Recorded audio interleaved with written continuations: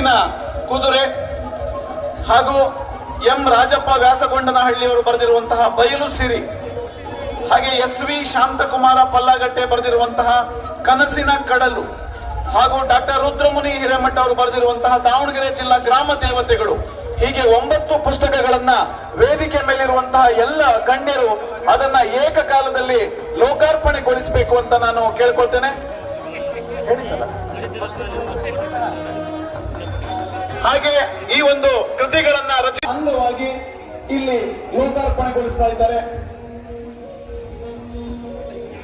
Doctor K Obalesh ಸಂಪಾದಕತ್ವದ Davanagere ಜಿಲ್ಲಾ 14ನೇ ಕನ್ನಡ ಸಾಹಿತ್ಯ ಸಮ್ಮೇಳನದ ಸರ್ವಾಧ್ಯಕ್ಷರಾಗಿ ಆಯ್ಕೆಯಾಗಿರುವಂತಹ ಡಾಕ್ಟರ್ AB ರಾಮಚಂದ್ರಪ್ಪ ಅವರ ಕುರಿತ ವಿಶೇಷ ಸಂಚಿಕೆ ಅರಿವಿನ ತೊರೆ ಹಾಗೂ ಜಗಳೂರು ತಾಲೂಕಿನ 72 ಕವಿಗಳು ರಚಿಸಿರುವಂತಹ ಕವನಗಳನ್ನ ಒಳಗೊಂಡಿರುವಂತಹ ಕವನ ಸಂಕಲನ, ಜಗಳೂರು ತಾಲೂಕಿನ ಪ್ರಾತಿನಿಧಿಕ ಕವನ ಸಂಕಲನ ಕಾವ್ಯ ಸಂಭ್ರಮ, ಇದರ ಸಂಪಾದಕರು NT ಯರಿಸ್ವಾಮಿ ಅವರು.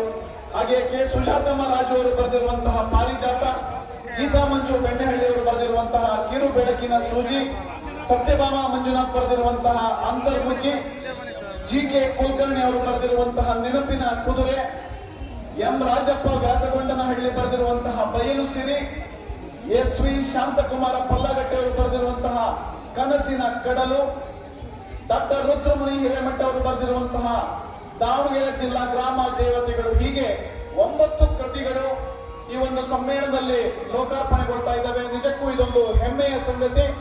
ಬಹುಶಃ ದಾವಣಗೆರೆ ಜಿಲ್ಲಾ ಮಟ್ಟದ ಸಮ್ಮೇಳನದಲ್ಲಿ ಇಷ್ಟು ಸಂಖ್ಯೆಯ ಅಂದರೆ 9 ಪುಸ್ತಕಗಳು ಕೃತಿಗಳು ಲೋಕಾರ್ಪಣೆಗೊಳ್ತಾ ಇರುವಂತದ್ದು ಬಹುಶಃ ಇದು ಪ್ರಥಮ ಬಾರಿ ಅಂತ ನಾನು ಅನ್ಕೊಳ್ತೀನಿ. ಈ ಒಂದು ಪುಸ್ತಕಗಳನ್ನ ಬರೆದಿರುವಂತಹ ಎಲ್ಲ ಕವಿಗಳಿಗೆ ಒಂದು ಜೋರಾದ ಚಪ್ಪಾಳೆಯೊಂದಿಗೆ ಅವರನ್ನ ಪ್ರೋತ್ಸಾಹಿಸಬೇಕಂತ ನಿಮ್ಮೆಲ್ಲರನ್ನ ನಾನು ಕೇಳ್ಕೊಳ್ತಾ ಇದ್ದೇನೆ.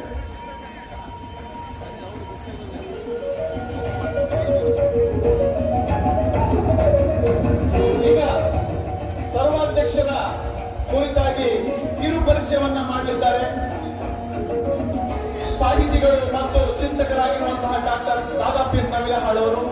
ನಾಳೆ ನಮ್ಮ ಸರ್ವಾಧ್ಯಕ್ಷರಾಗಿರುವಂತಹ ಡಾಕ್ಟರ್ AB ರಾಮಚಂದ್ರಪ್ಪ ಅವರ ಒಂದು ಸಂಪೂರ್ಣ ಪರಿಚಯಕ್ಕೋಸ್ಕರ ಅವರೊಂದಿಗೆ ಒಂದು ಸಂವಾದ ಕಾರ್ಯಕ್ರಮವನ್ನು, ಒಂದು ಗೋಷ್ಠಿಯನ್ನೇ ನಾವು ವಿಶೇಷವಾಗಿ ಅದನ್ನ ತಯಾರು ಮಾಡಿದ್ದೇವೆ.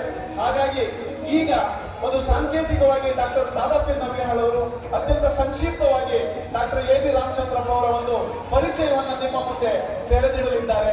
ಡಾಕ್ಟರ್ ದಾದಾಪೀರ್ ನವಿಲಹಾಳ್ ಅವರು.